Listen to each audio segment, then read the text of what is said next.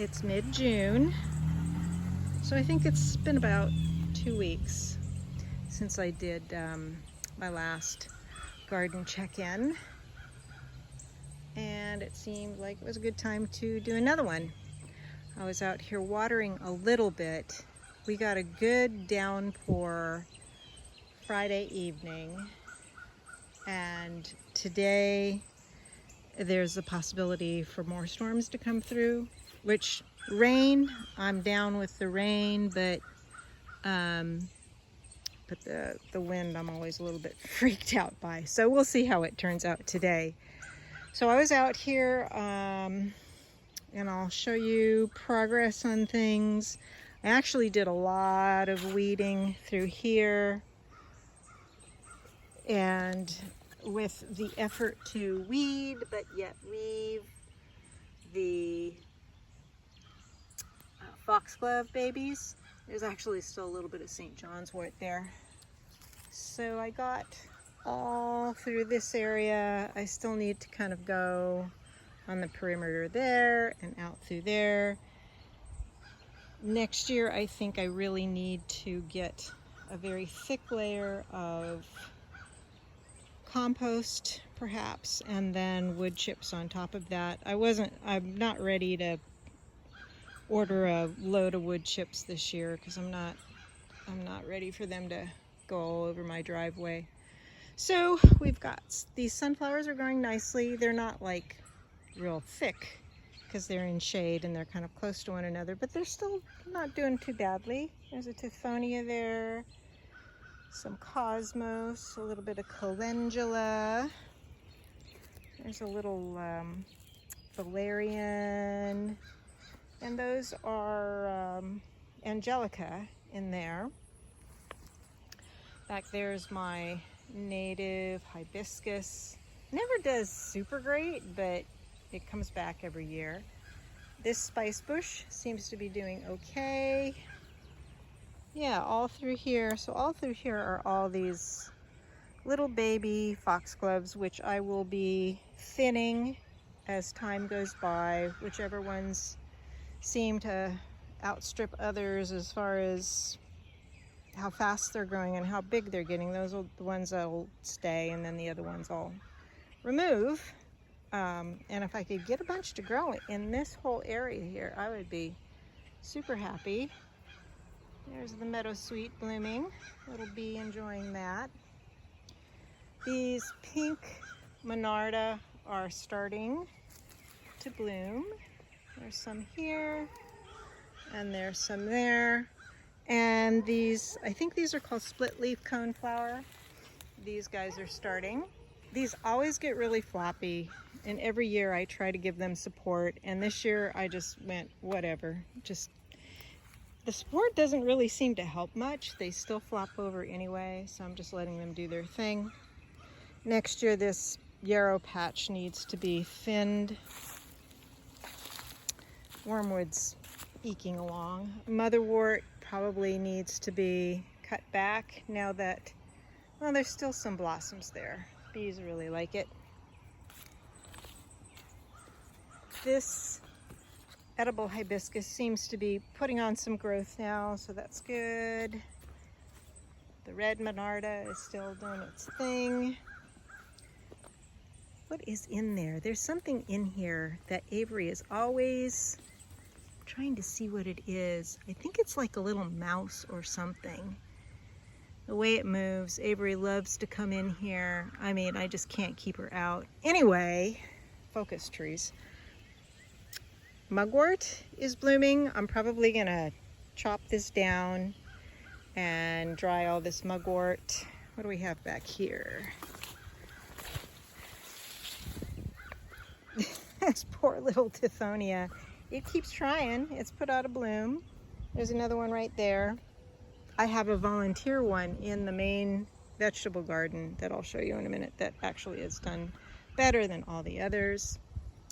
Echinacea is blooming, and the Dara continues to bloom.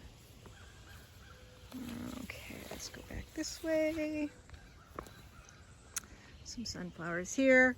I think some of these sweet peas are maybe going to try to bloom soon. I don't know. It's been like way too hot for them. Our weather has been crazy hot.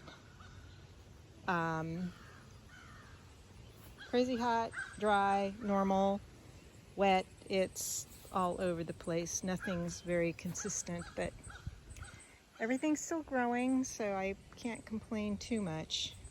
Does anyone know what these are? I planted them and I don't know what they are. They're really cute. They look like they're some kind of, are they a kind of Rudbeckia? Maybe. Anyway, love those. They're doing well. I transplanted the Sweet Annie over here and I think it's doing a little bit better. The hollyhocks have finally succumbed to rust. They went for a long time without it this year because it was so dry for a long time. But they're still blooming and the rest just looks kind of ugly.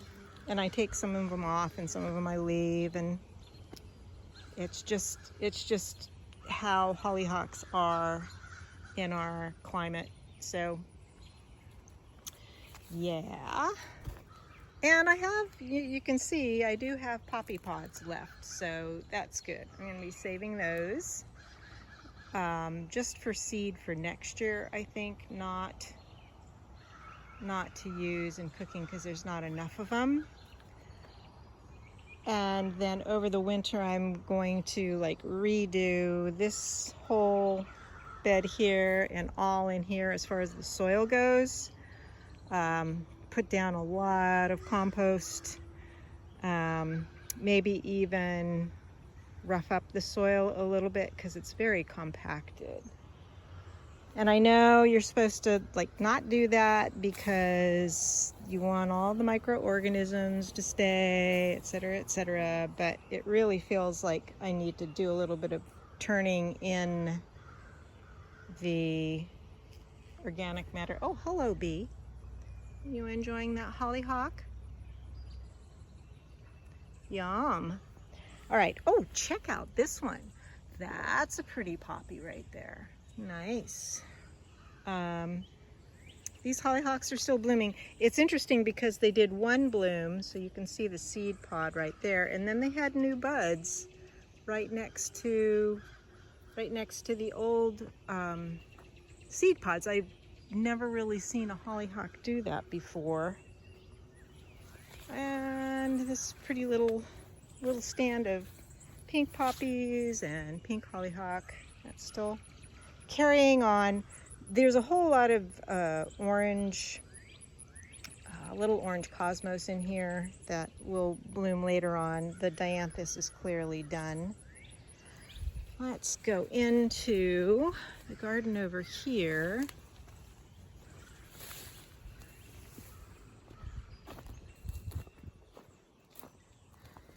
I picked a bunch of green beans. That's mainly what I've been picking. I do have greens I can pick too, which I really need to do, but those can wait. Green beans I got to pick because some of them are getting a little big. I got some lavender I still need to get in. Jalapenos are doing really good. The early girl are doing well, but I did see there's some that are starting to get change color just a little bit, and then there's one in there that was doing that, but it has blossom end rot. But there's only one that I've seen like that, and it doesn't surprise me considering how erratic our weather has been. Most of the raspberries are gone for this year. There's a few stragglers, I mean for this period of time. Clearly there will be some at another point in time. And usually some will come in the late August, early September. We've got some little whatever you call these, ground cherries. There is fruit in there. I don't know, they're not very big. Let's see if they've been pollinated and will grow. The Korean squash in here is doing pretty well, finally adjusted. I forget which one this is. Tet something. These guys, beets are doing okay. I've got some more eggplant inside, and I may be planting them like around the edges there. Little apricot trees. The eggplant are actually producing eggplant this year, which is like, yay. There weren't really many flea beetles for a while, and you can see that there's, the leaves are looking pretty good. But I have been noticing them again, so I'll probably need to start with my diatomaceous earth. But this is the first year in a while that I've actually gotten eggplants to be like this size. See, oh, he jumped, you stinker. I was going to pinch off that flea beetle. Anyway, these butternut squash are just like, God, they're just eking along. I don't know what their deal is. Got a few poppies in here. This is another one of the Korean squash, and I'm gonna have to put up some kind of framework for it because they are a climber. I think they're the same. I think they're Cucurbita moscata, which is the same as the Trombacino, and we'll see which one does better. The Trombacino is growing, but there are male flowers, but there was one female and it fell off, and there's another female and it doesn't look like it's going to stay on either, but it's still young. This is the bean patch with even more ground cherries in here. Check out the sunflowers. I was marveling. I mean, we all look for the flower on the sunflowers, but I was thinking how gorgeous just the plants themselves are. They're just so incredibly vital. Love them. Here's that other Tithonia that came up on its own, so yay for that. This is a whole big tangle in here. There's a lot of suckers from the figs. I gotta get in here. It's like not great. We've got some figs starting to form. Still some snow peas hanging in there. So yeah, so this is the Trombacino. It's looking pretty healthy. I'm trying to get it to go along that way. We'll see how that works. But see, there's a little, this looks like it should be a female, but the color makes me think it's not gonna stay on there. But there were some male flowers down here that have already, oh, there we go.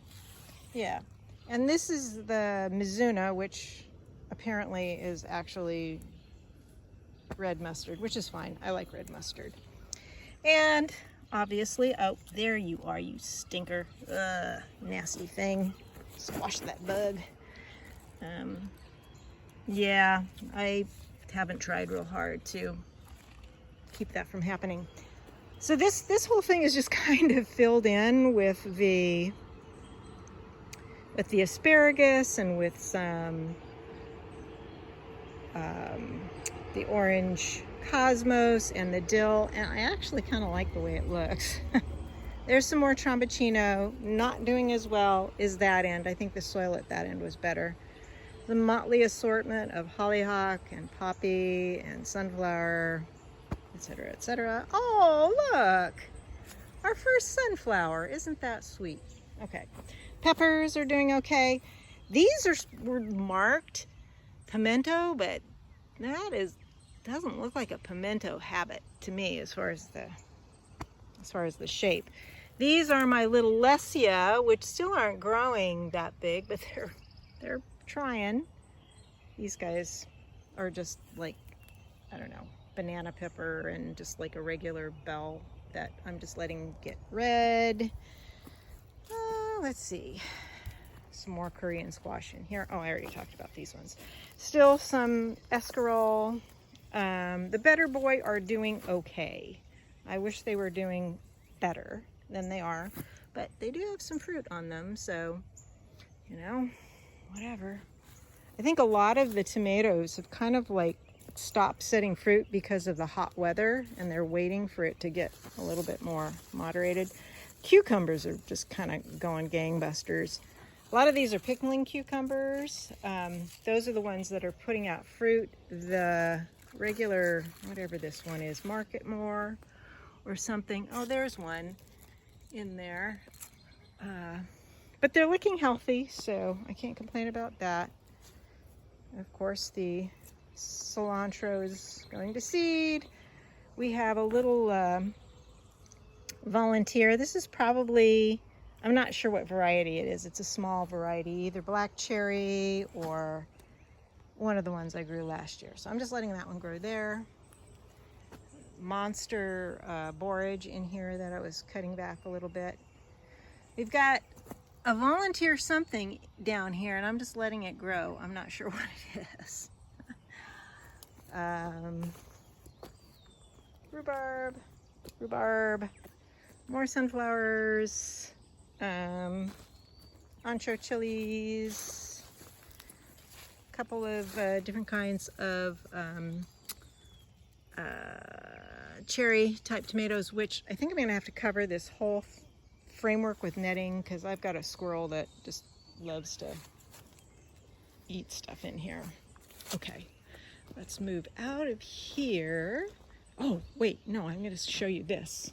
It almost looks like, I don't know if it's true, but it almost looks like I've got a pomegranate that has set. We'll wait and see on that. Okay, let me just show you a couple more things. I planted the black cohosh out back because they were getting really stressed. And what else did I plant? I planted a couple of, I already showed you the wintergreen. But I planted the other persimmon. I have not planted the little peach yet. I planted the Japanese mugwort that I grew from seed. Never grew mugwort from seed before. And it is definitely more fragrant than the common one here. So I'm kind of excited about that. I got some skullcap from my neighbor. It's still trying to get itself adapted. Got a bunch of elderberry berries. All right, so oh yeah, these are the red curry and the kabocha. I put this framework here to get these guys to start growing up that way. We'll see how that works. And then here is the new persimmon. The soil looks pretty good, so we'll see how that one does. And the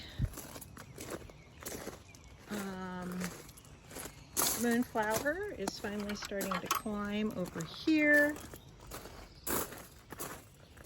So I'm excited about that. And then we have got the wineberries are starting to ripen. They are quite sweet looking. I mean, cute, twee.